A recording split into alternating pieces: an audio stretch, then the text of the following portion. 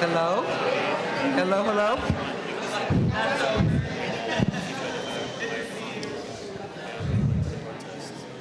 Okay, we gave you a little nosh. I promise you'll have another nosh afterwards.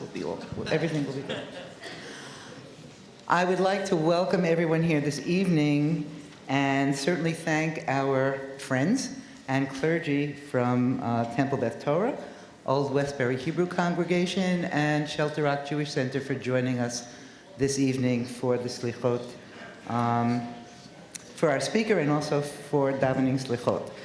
In particular, I would like to thank our clergy who've joined us tonight. We have Rabbi, the light is not good, so if I mispronounce it, please, I'm sorry.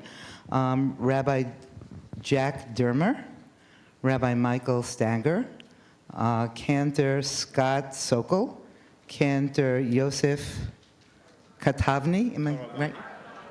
Thank you, sorry. Cantor Larry Goller, thank you, thank you. No, we want to do it correctly. Lee Yaron has been a Haaretz journalist for nearly a decade and is the winner of the 2022 Yitzhak Levny Knight Award for Free Speech in Media. Her investigative reporting has resulted in the founding of state-level commissions and substantial changes to Israeli policy and law. She is an elected member representative of the Executive Committee of the Union of Israeli Journalists and the founder of Green Idea, the Middle East's first journalists training program dedicated to climate coverage. Ms. Yaron has also written and directed acclaimed theater productions which bring attention to marginalized communities both in Israel and throughout the Middle East. Born in Tel Aviv, Ms. Yaron splits her time between her native city and New York. Her new book, 10-7, 100 Human Stories, that will be discussed tonight, is a definitive account of the October 7th attacks through the stories of its victims and the communities they called home. The book is already a bestseller in French, where the first edition was recently published. In the coming months, the book will be released in many other languages, including German, Russian, and Romanian. The Jerusalem Post wrote, 10-7 is the most expansive account yet of the day, capturing the diversity of the victims and survivors, and by extension of Israel as a whole. The forward reviewed, Yaron took on a great challenge, yet succeeded. Her book is vital for Jews, non-Jews, for Israelis and Palestinians. Adam Gopnik of The New Yorker called it a masterpiece of journalism and of what can only be called humanism. And my personal review, it is a must-read. Beautifully written, it will touch your very soul. It will propel you to pray on this Selichot and throughout the high holidays, not only for ourselves and our families, but for peace, for justice, for understanding, and for forgiveness for all. I do want to thank the Jewish Book Council for making it possible for us to bring Ms. Yaron here tonight. And I now turn over the microphone to Ms. Yaron and Rabbi Joshua Ben Gideon.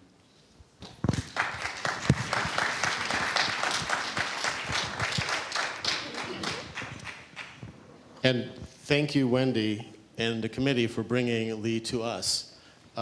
It's such a new book. I found out about it only when Wendy told us that we were going to be lucky to have you here. And we are truly blessed and lucky to have you with us tonight.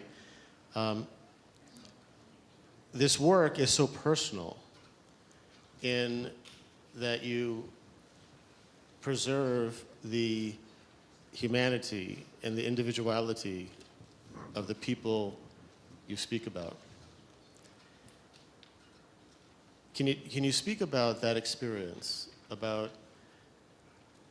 what it took from you, what you gained from it, and how challenging that was? Of course. Thank you, first of all, everyone, for having me tonight. It's a real pleasure to be with you. And thank you, Wendy, for this beautiful introduction. Thank you, Rabbi. Maybe I'll start with explaining a bit about the book before we get to the personal, because, even now it's difficult for me sometimes to speak about it. We need to start with the facts. I'm still... Well, then let me start you back then. Okay. It's a very good point. How did it come about? Where did the idea come from, which must have been quite some time ago, and to come together so quickly? Right. How did it happen? I started writing in the end of October, very much while I was still overwhelmed with grief, with anger, with sorrow. And I really felt like I almost needed to do something for these victims.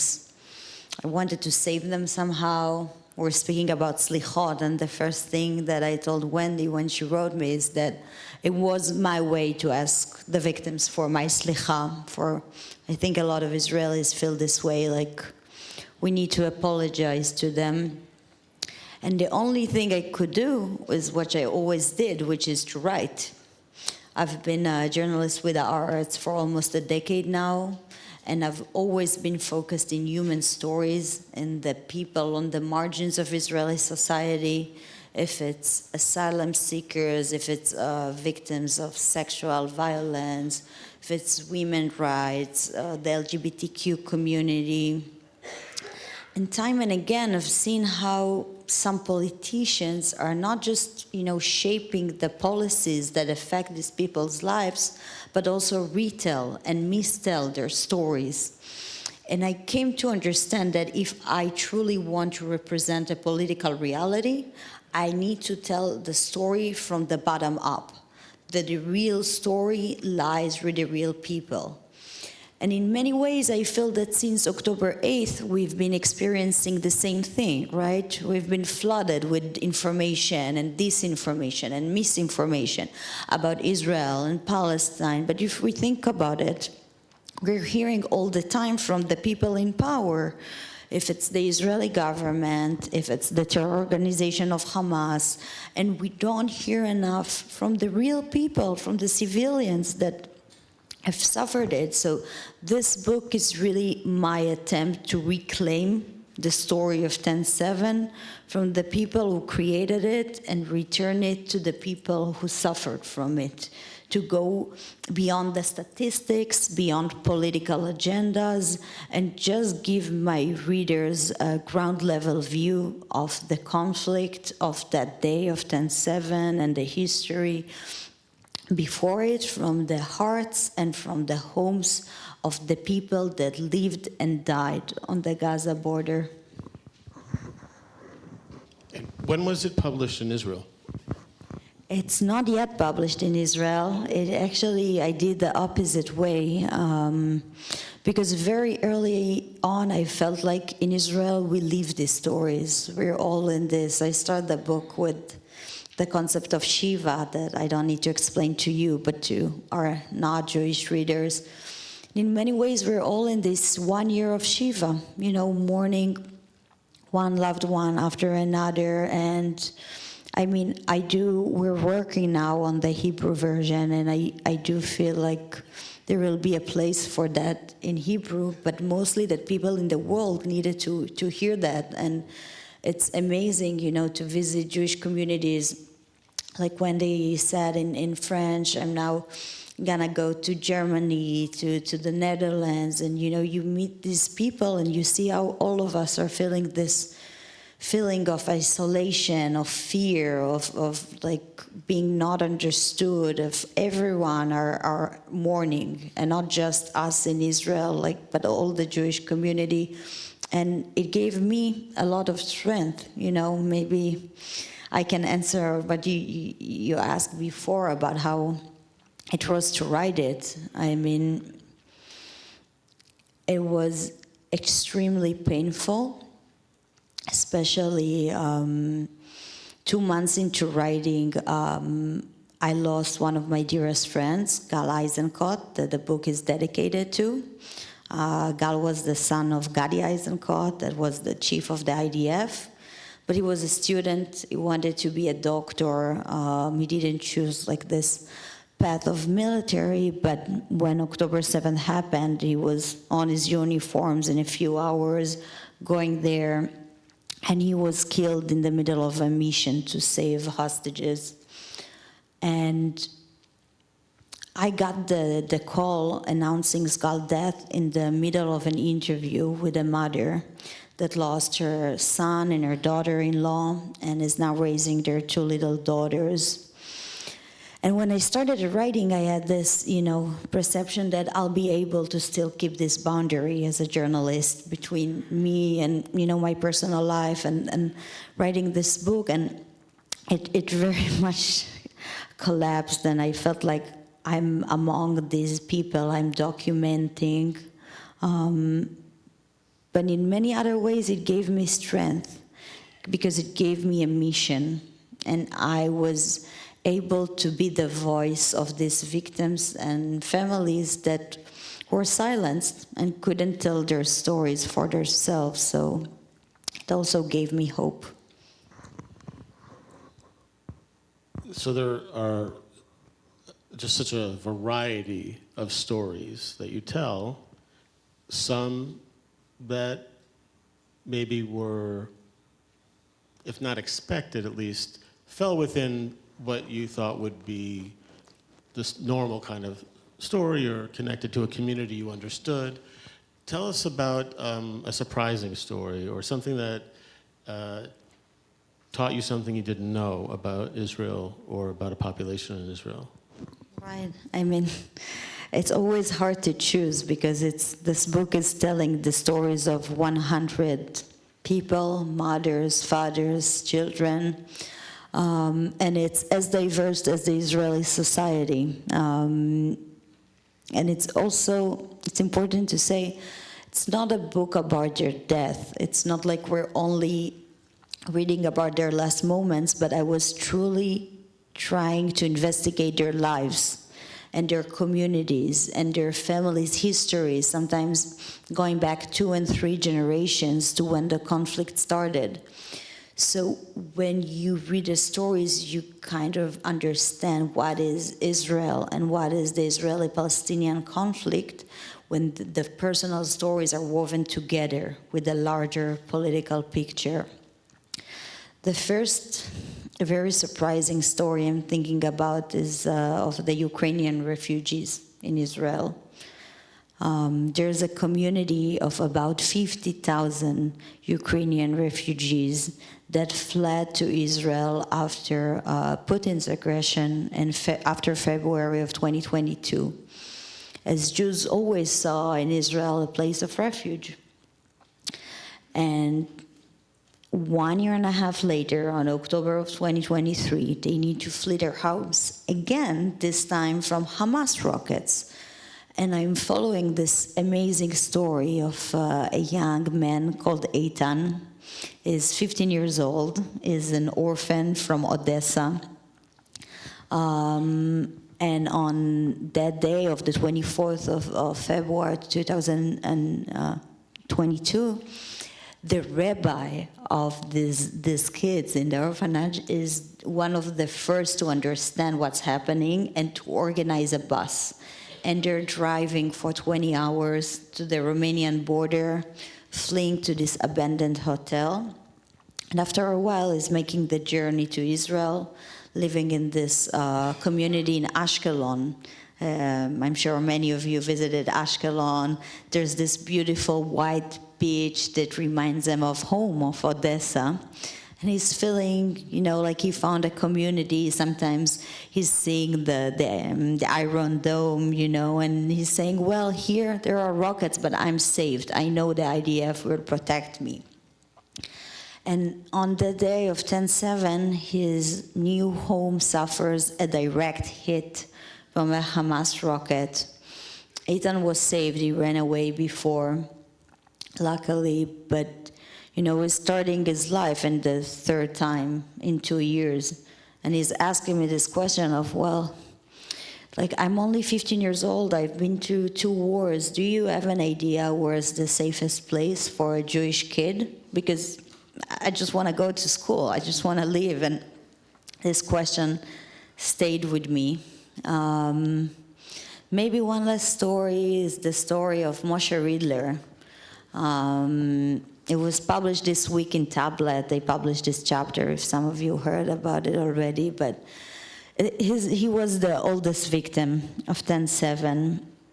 And I start Moshe's story in the holiday of Simchat Torah in the year of 1941, when Moshe and his family are deported from their home on a little town called Haaretz on the border between Romania and Ukraine by the Romanian allies of the Nazis. And he's separated from his family. His mother is murdered. He's taken to the ghetto, survived it somehow. And as a young man, a young Holocaust survivor, when Israel is founded, he's making Aliyah to Israel.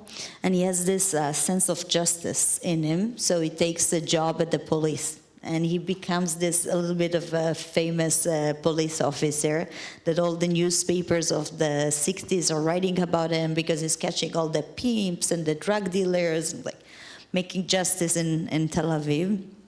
And when he retires, he moves to live near his daughter in this small kibbutz named Cholit, near the Gaza border. Becomes this grandfather of the kibbutz. He's already 92. And then on the same day of Simchat Torah, that was 10/7, Hamas terrorists murder him in his bed, in his home, exactly 82 years from the day the Nazis deported him. And I mean, it's unbelievable. I found it out in the middle of interviewing his family. They didn't even know it in the beginning, the date that he was deported, and they got a letter from some survivor that was his neighbor in Haaretz, and she told the family, we were deported the same day. And they called me, and I said, no, it can't be. And I searched all of their e-score books, and maybe we can speak about that, because this book is in many ways following the tradition of the e-score books. And I found like three evidence for that, and it was the same day. So it was just this crazy story of everything we've been through in the last century, in the story of one man. Yeah, that was. Seems like they should make a TV show or a movie about him. Can you speak about the experience of sitting with survivors or the relatives of people who were murdered, and what did it feel like, and what was your approach? How did you engage in that conversation that must have been so fraught with emotion?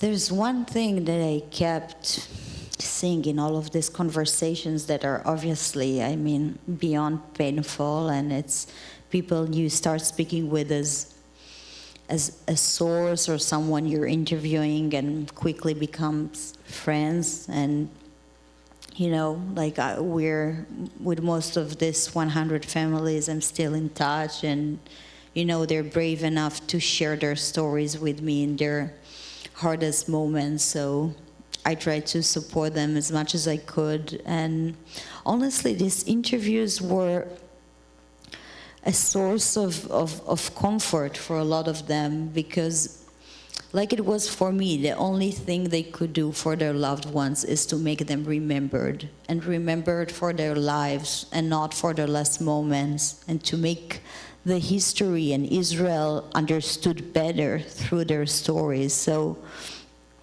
I'm happy that I could at least do that for them. But something interesting that I heard time and again from these families is this feeling that 10/7 wasn't just part of Israeli history. It was truly part of Jewish history. And when the news were, quickly unfolding, I realized that my job will be to go deeper and put this day in the right context. It's like this fence broke on October 7th, but it wasn't just the physical barrier. It was the dream of generations of like this wound of pogroms, of persecutions that was reopened. And to be honest, I know it from my family. My surname from my mother's side is Adato, which is 1496, which is in Hebrew Gematria, 4 letters, which is the year that my family was deported from Portugal. And for 500 years, my family was wandering between Italy and Turkey and then Israel. But we kept this name, and my grandfather told it to me and every generation because we wanted to remember our injustice. And my father's side were Holocaust survivors from Romania and Russia, people that, went through so much pain. And I remember my grandparents struggling in Israel. They came in an older age. It was difficult for them with the language. It was difficult to adjust to the culture. They lived in poverty. But they had this dream that their children and their grandchildren will live in safety. And that day, that dream was shattered. And you hear it from families of victims that came from Arab countries, from the Soviet Union, from Europe. I'll give an example of the story of Shachar Tzemach. Shachar Tzemach was this amazing peace activist from kibbutz Be'eri, a kibbutz that 10% of the residents were murdered or kidnapped on 10/7. And Shachar was giving testimonies to the organization Breaking the Silence and giving tours in Hebron about the occupation, really, working with Palestinians to find a solution. But on that morning, when all of his kibbutz, his little kids are under this invasion of terrorists, he was one of the first to take a weapon and go and defend people and fight when the IDF wasn't there. And he was defending the clinic where some of the doctors and paramedics were trying to save people. And he was calling the IDF again and again, and no one came, and he stood there until he had no bullets. And when the terrorists came, he put his hands up. And he said, "Please, I'm not your enemy, don't shoot me." And obviously they did. And when I speak with Yaron, with Shahar's father, he's obviously speaking about their horrible pain of their son, but he's also speaking about his own mother, Carmela Tzemach. And Carmela Tzemach was a 13-year-old girl when she lived and survived the Farhud pogrom in Iraq, in Baghdad, in 1941. She saw 200 of her Arab neighbors murdering their Jewish neighbors. And she escaped from Baghdad and came to Israel and was one of the people that founded and built this kibbutzim, thinking of her children, thinking of her grandchildren, wanting safety. And Yaron is telling me, what would she say if she will know how her grandchild finished his life in the kibbutz she founded? And that's something, I think all of us Israelis and Jews are asking ourselves now. Yeah, I think it was Rabbi Daniel Hartman. He said that Israel didn't exist for those 2 days there for those people. Because this is exactly what Israel is here to defend Jews from. Well, we have, of course, some contentious issues that are being debated and argued about. One, especially in Israel, is approaching October 7th and the memorialization. It's not. Yeah, thank you. There we go. I was working really hard, I just wasn't getting there. approaching October 7th and Memorialization. And your husband wrote beautifully an afterword about the path, or taking note of the difference between how we remember, how a family remembers, how people remember, versus how we memorialize, how it becomes a part of a larger story. And that's always at risk, right? Because when it becomes a part of a larger story, then we lose the individual too often. So, and also as an Israeli who has been so immersed in these stories, what do you think is appropriate for Israel to do this year? Honestly, I think that the best memorialization we can do is what we're doing here today. You know, you're all people from different places that are spending their time and effort to come here, to hear the stories of people you never met. I think this is really honoring them. And I think it's part of what we started speaking about. We are all part this night of this old tradition of the Iskor books, that since the Middle Ages, Jewish communities that suffered pogroms and persecutions would collect the names and the stories of the communities and people that were lost. And every year they would read them in the synagogue aloud to remember. And I think, you know, that's what we're doing today. I'm speaking again from the personal perspective because, you know, that's how you feel it the best. After Gal's death, I felt like it's not only that I lost my friend, but that he became this political symbol after, that his death was used by so many politicians from so many places, and I couldn't recognize any more Gal in these articles. I couldn't recognize his individuality, the unique, amazing person he was. And what I think literature allows us, that as a journalist, media never allowed me, is really to preserve the humanity of the people, to preserve their unique personality, to really keep them alive, at least on paper. And that's what I try to do in the book for the victims, that, you know, what we couldn't do for Gal. And yeah, and for me, that's the best way to remember. And let me give an easier or lighter question, and then we'll get to the second harder question. So your friend and colleague Amir Tibon has a book that's being published this week as well. Amir is also a reporter and was living on Nachalos. Not to ruin the story, his father's a retired general who basically with his wife drove down and rescued the family on October 7th.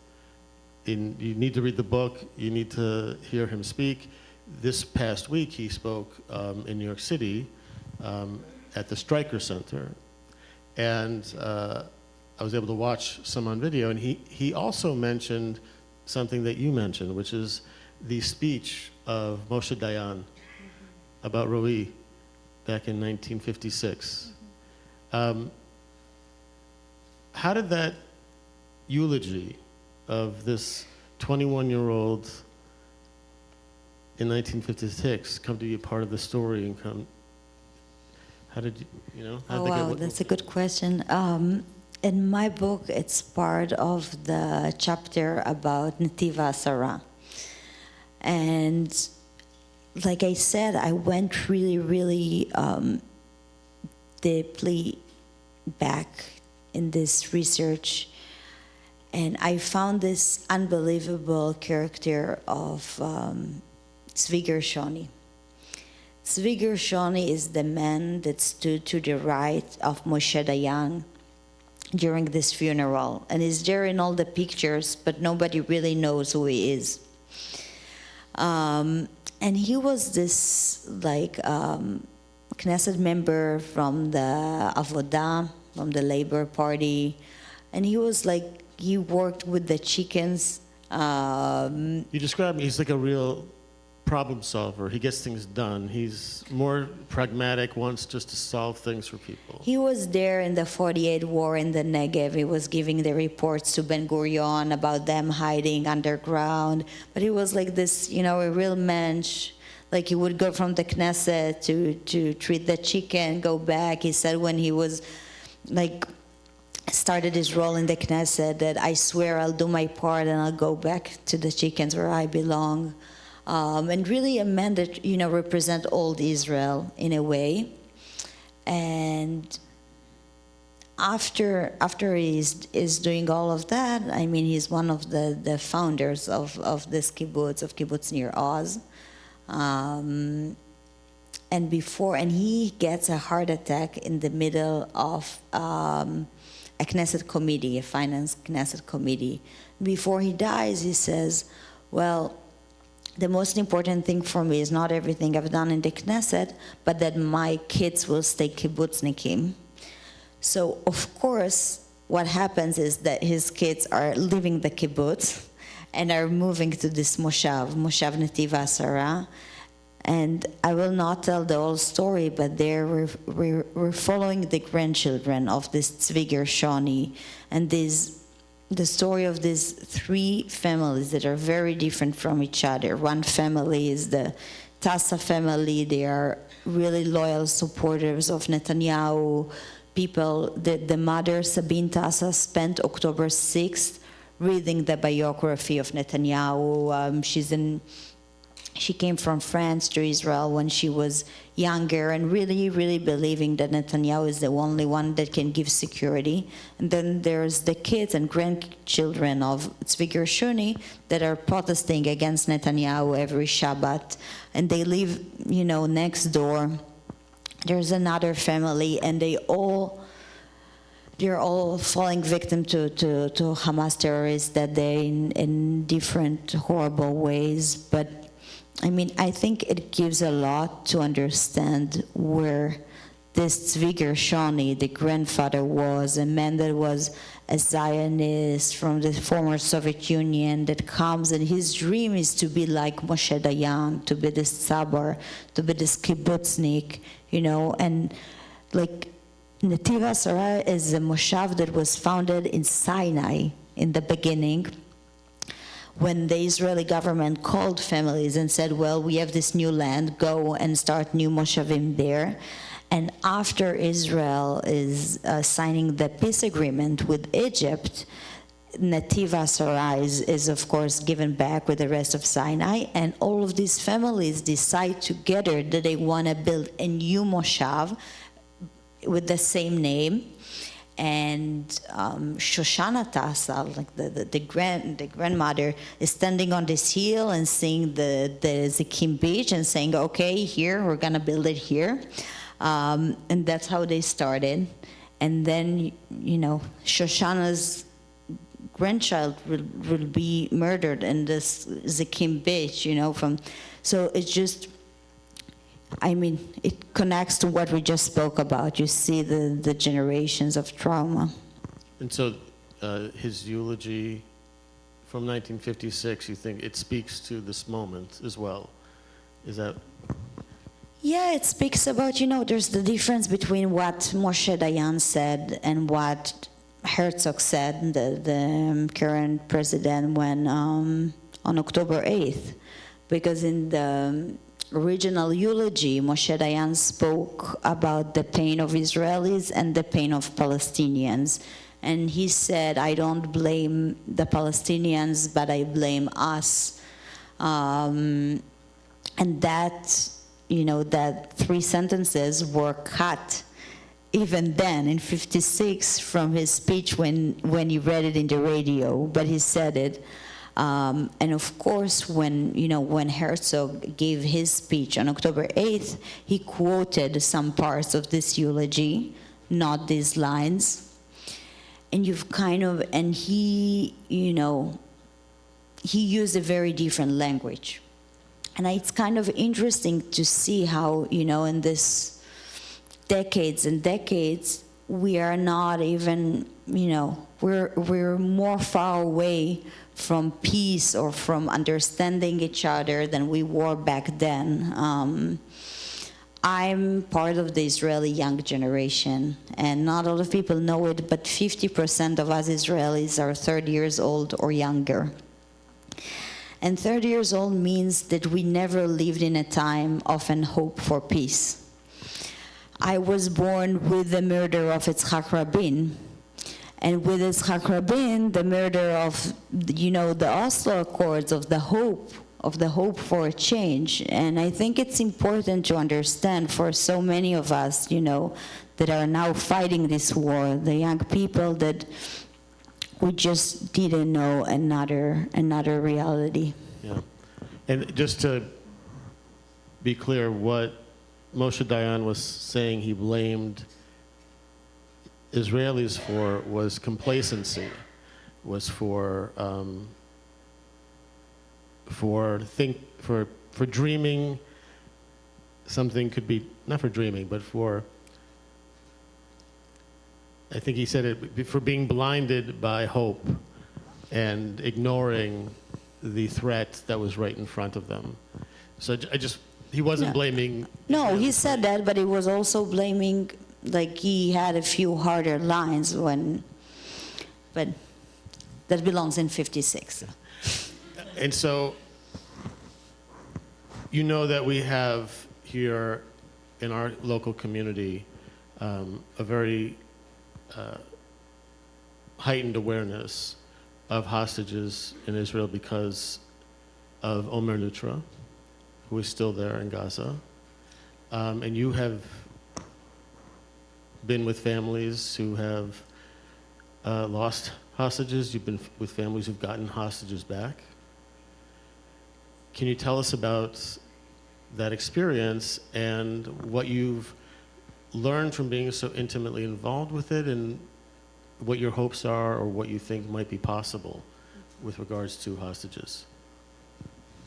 Yes, I've interviewed some of the hostages that came back in the November deal. And in the book, I'm mostly focusing on this amazing story of a mother, her daughter, and a friend of the daughter that came to their house on October 6th for this pajamas party that turned out to be 2 months of pajamas party in Gaza. The mother is Raya Rotem. She's like this 54 years old, strong single mom. That by coincidence, there's this crazy story that her grandfather was as well a hostage in Gaza in 48 by the Egyptian army, and was also released, because then Gaza was part of Egypt, and was released in a deal and came back. And Raya never spoke with her grandfather about it. That's just a little detail. But Raya has one daughter. Her name is Hila. She's this energetic, funny, beautiful kid. And Hila's best friend is Emily Hunt, that you might have heard about. This 8 years old blonde girl, the daughter of Thomas, that was a volunteer that came to Israel in the 70s and fell in love and stayed. The interviews with them were very difficult, and I think it was the small details of understanding how it's like to be hostage, and they were there only 2 months, that just stayed me, from the first moments of the terrorists are entering their homes, they're taking them in their pajamas from bed, and the first thing they do with them in Gaza is to cover the little girls from head to toe, because they're telling them men can't see any woman's flesh. we need to cover you. And then for days, they're dressing them with full hijab, and they're moving them in the night between one family's home to another, because they can't decide. And in the end, they turn up to, they put them in this tiny, tiny room with a broken window, 5 mattresses on the floor. They wore 5 of them, Hila, Raya, Emily, with no Argamani, that was brought back, and Itai Svirsky that was killed. And they're guarded 24/7 by these 5 Hamas terrorists.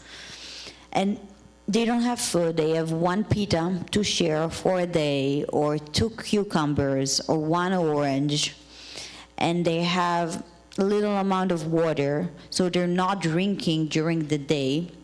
They wait for the night because they don't want to waste it and be too thirsty after. And they have this mechanism of not forgetting what day it is.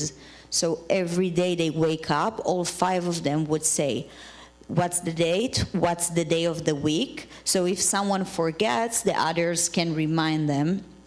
They all suffer from fleas and lice, but they don't tell the Hamas terrorists because they're afraid they're gonna cut their hair or take their clothes if they'll discover. So, even these little things of just suffering. And one of the most horrible things is that the Hamas terrorists would take the little girls alone to a different room.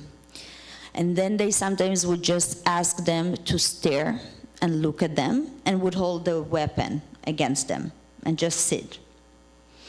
Or in other times, the terrorists would ask the girls to repeat sentences in Arabic that they didn't understood. And after that, they told them, oh, well, congratulations, you're converted to Islam. And the girls wouldn't understand and would cry. And maybe the most, heartbreaking thing is that for all of this time, they had no TV, no radio. They had no idea if their families were alive or not. And they were, tortured by it. And they didn't know if people know they're hostages, if people are protesting or doing anything for them. And in the same time, this chapter I'm following, what they're going through in Gaza, but in the same time, what their families been through in, not in Be'eri, but in the hotel near the Dead Sea that they were evacuated to. And that's amazing because it wasn't known before.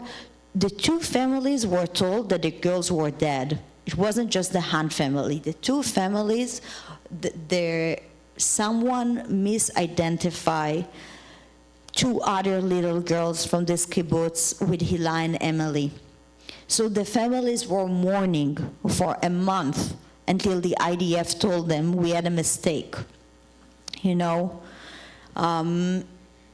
So yeah, what they're saying all the time, and what I'm thinking is this was only 2 months, and they're really struggling, to recover and to go back to their lives. And we have hostages there still, 100 of them, for 12 months. We were all broken with the news about Hirsch and the other 5 hostages, and what do we know? Maybe while we're speaking, there are more hostages that are being executed. Maybe, how many of them are in these dark tunnels with no light, with no food. And we spoke about it a little bit about it before. For me, and I think for so many Israelis, we are a country of a mandatory military service, and that means that we have a very, very clear social contract that says we don't leave anyone behind. This is the contract that allows every parent to send their kids to the army. And I'm really worried what will happen and what will be left of Israeli identity if we don't have the hostages back, if we break this contract. So I think for a lot of Israelis, it's not about the price we will pay if we'll have a deal, which the price is high, no doubt, but if we can stand the price that we will pay as a society if we wouldn't bring them back.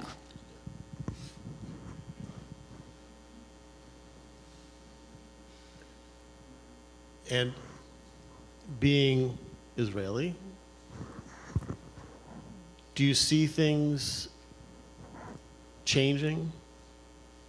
Is there momentum in any particular direction for change? When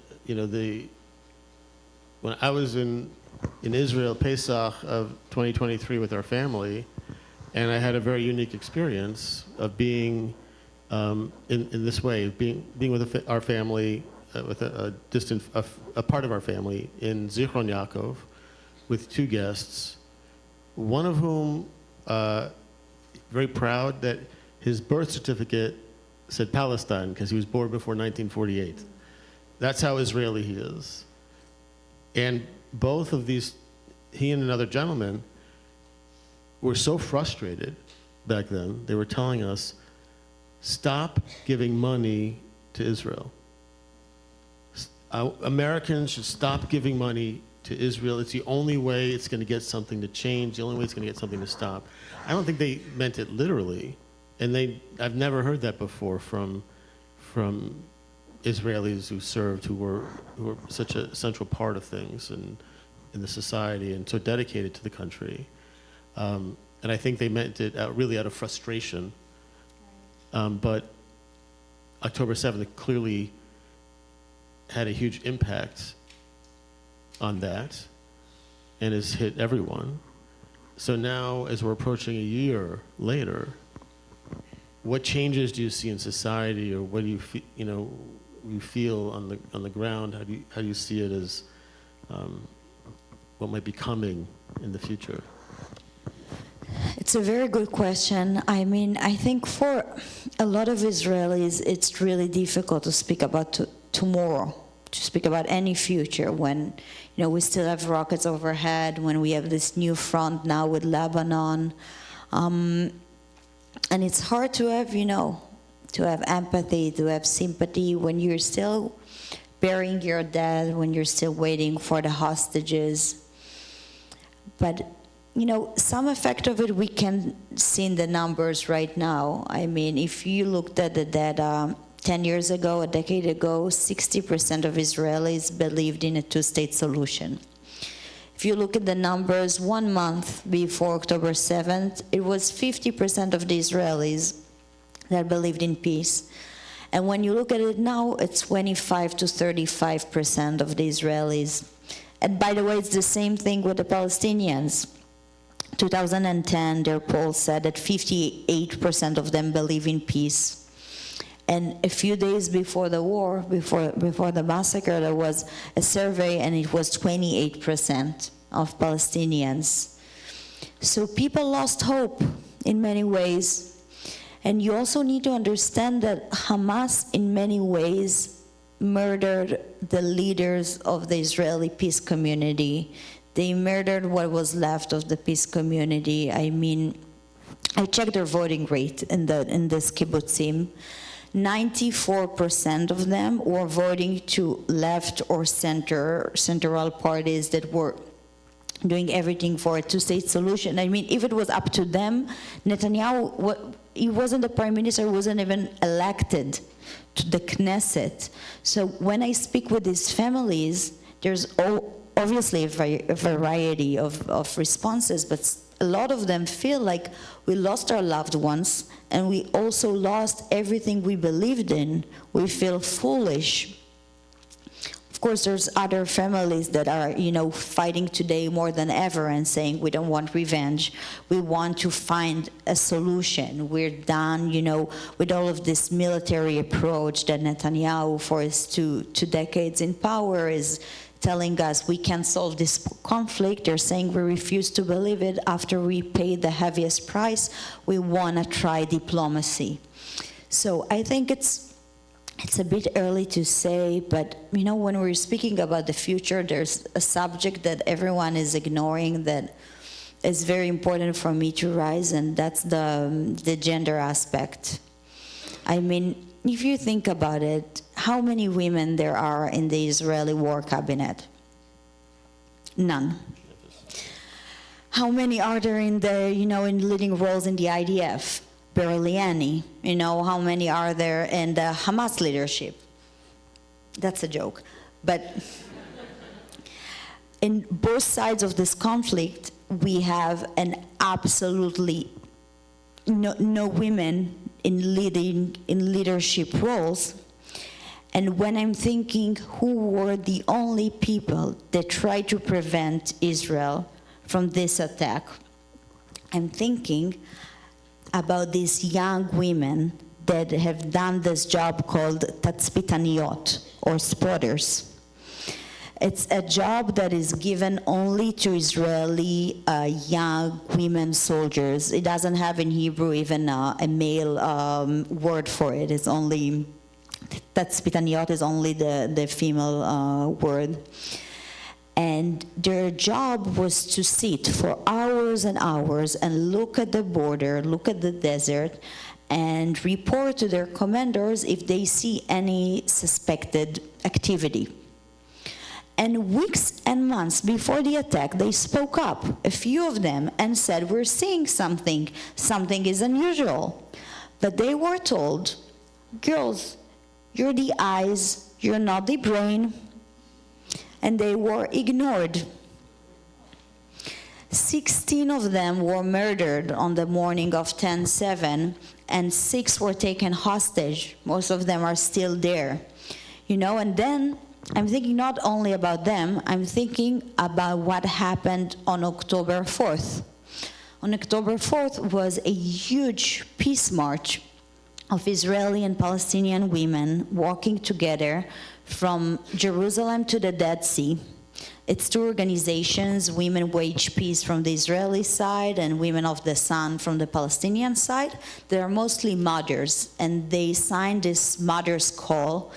And they're saying, look, we've been through a lot, but as mothers, we have more that unites us than separates us. And we ask our leaders to go back to the negotiation table and try to find a solution, because they're not even speaking.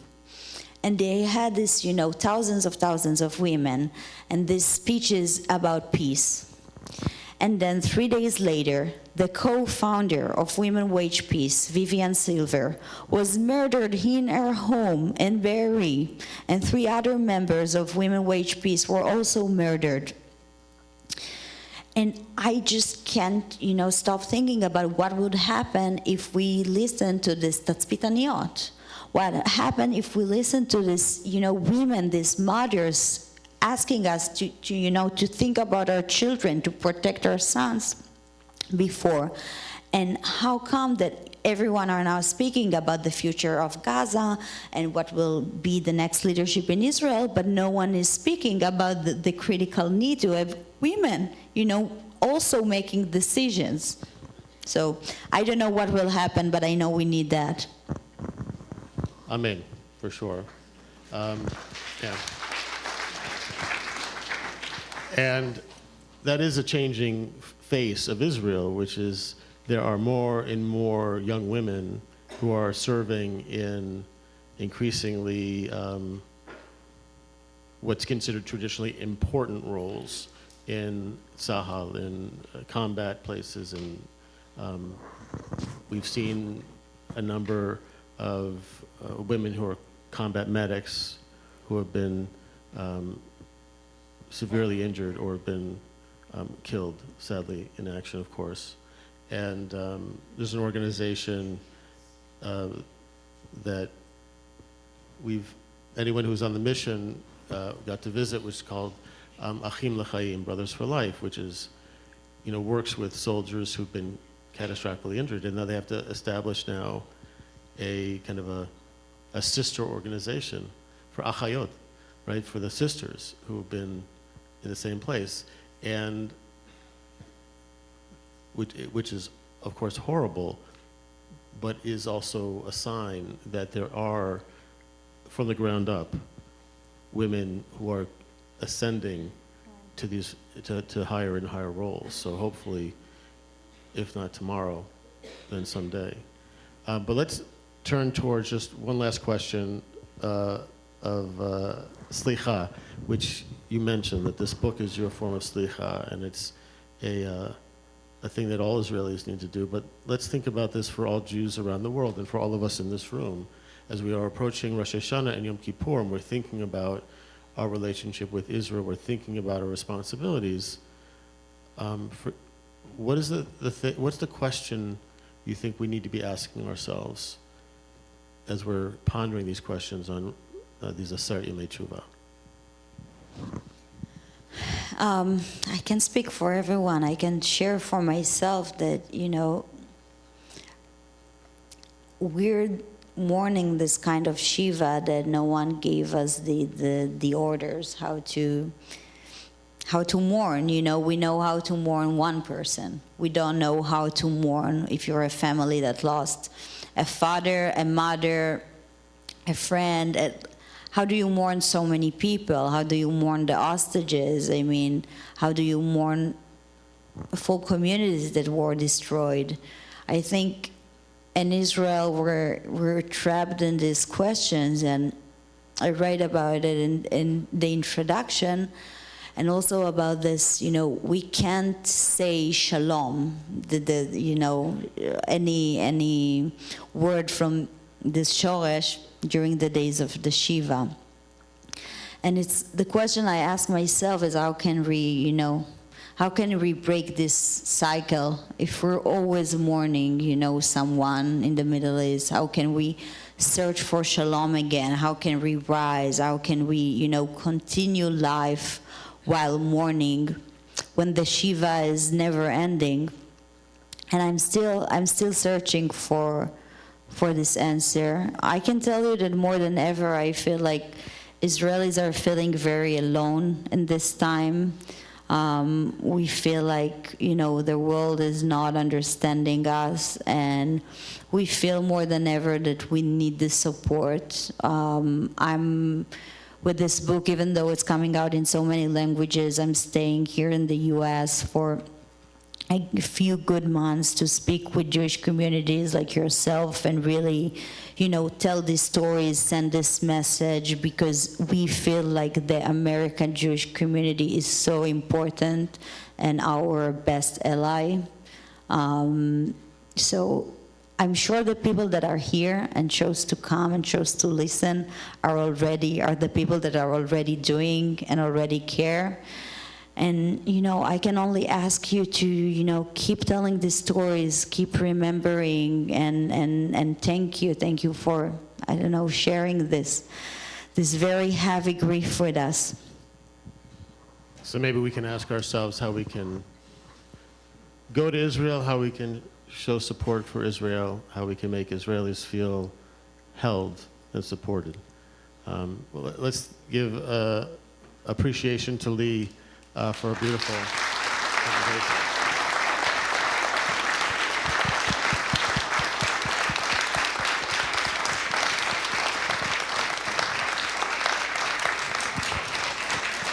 Thank you. I do think this book is going to become a part of our sacred texts, and we have a debt of gratitude to you for preserving and capturing these stories. So thank you. And Thank Wendy's you all. going to say that you were turning to the service, right? And is there anything else to announce about Lee's visit?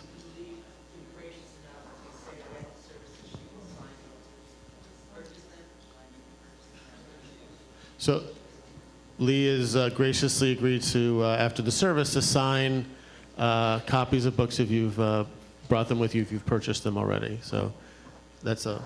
Thank you so much, Rabbi. Thank you, everyone, for